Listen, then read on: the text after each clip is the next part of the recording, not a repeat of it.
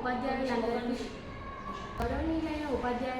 శుభోదయం. నా పేరు జి శ్రీనిధి. నేను 11వ తరగతి చదువుతున్నాను.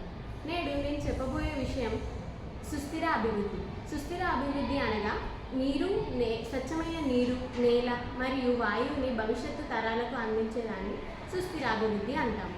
కానీ నేడు స్వచ్ఛమైన నీరు, నేల, వాయువు పరిశుద్ధంగా లేవు.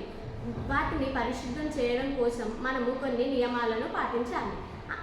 ముందుగా మనము నేల అనేది ఎలా కాలుష్యం అవుతుందో తెలుసుకుందాం. నేల ఎలా కాలుష్యం అవుతుంది? రైతులు పంట పొలాలకు ఉపయోగించే రసాయనాల వల్ల ఆ రసాయనాలు భూమిలో కలిసిపోవడంతో భూమిలో మట్టికి ఉండే శక్తి తగ్గిపోవడంతో పంట పొలాలు మట్టి కాలుష్యం అవుతుంది. అలాగే మట్టి కాలుష్యం అవ్వడంతో మట్టిలో పండించే పంటలు మానవులు ఆహారంగా తీసుకోవడంతో లుకేమియా వంటి వ్యాధులు మనుషులు ఎదుర్కోవాల్సి వస్తుంది. అందువలన మనము నేల పరిశుద్ధం చేయడం కోసం కొన్ని పరిష్కారాలు: రైతులకు ఎరువులను వాడమని అవగాహన తెప్పియాలి.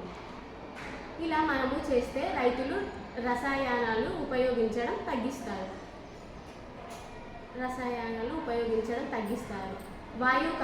వాయువు ఎలా కాలుష్యం అవుతుందో తెలుసుకుందాం. వాయువు ఎలా కాలుష్యం అవుతుందంటే, మానవులు ఉపయోగించే వాహనాలు, కర్మాగారాల నుండి విడుదల చేసే పొగ స్వచ్ఛమైన వాయువులో కలవడంతో వాయు కాలుష్యం ఏర్పడుతుంది. అస్వచ్ఛమైన వాయువుని మనుషులు, జీవజంతువులు పీల్చుకోవడంతో నిమోనియా, ఊపిరితిత్తుల్లో ప్రమాదాలు ఏర్పడతాయి. అలా ఏర్పడడంతో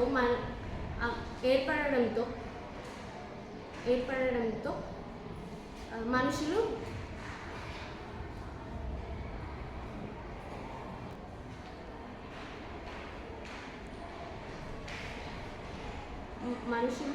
మనుషుల వలన వాయు కాలుష్యం అనేది పెరిగిపోతుంది. ఇలా వాయు కాలుష్యానికి పరిష్కారాలు